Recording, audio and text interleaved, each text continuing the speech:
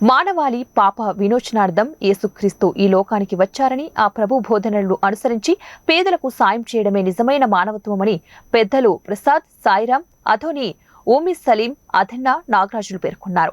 కర్నూలు జిల్లా ఎమిగనూరులో మల్లెల గ్రూప్స్ అధినేత డాక్టర్ మల్లెల ఆల్ఫ్రెడ్ రాజు, సునీల ఆల్ఫ్రెడ్ ఆధ్వర్యంలో క్రిస్మస్ పండుగను పురస్కరించుకొని 300 మంది పేదలకు చీరలు, దుస్తులు పంపిణీ చేశారు. ఈ సందర్భంగా వారు మాట్లాడుతూ సామాజిక దేవుని సేవలో డాక్టర్ మల్లెల ఆల్ఫ్రెడ్ రాజు దంపతులు చూపుతున్న శ్రద్ధ అభినందనీయమన్నారు. పండుగ సందర్భంగా నిరుపేదలకు, అనాథలకు చేతనైన సహాయం చేయడమే నిజమైన క్రిస్మస్ అని కొనియాడారు. అందరు క్రిస్మస్ చేయడానికి ఏకైక కారణము బైబిల్లో ఉన్నటువంటి నిన్నువలే నిన్ను పొరుగువాన్ని ప్రేమించు ఆజ్ఞానుసారంగా గత 18 సంవత్సరాల నుంచి క్రిస్మస్ అంటే నేను నా కుటుంబం చేసుకోవడం కాదు, సమాజంలో ఉండే అందరికీ ఈ సందేశం తెలాలని అందరు క్రిస్మస్ నా కుటుంబ పరంగా, నా గ్రూప్ పరంగా చేయడం జరిగింది.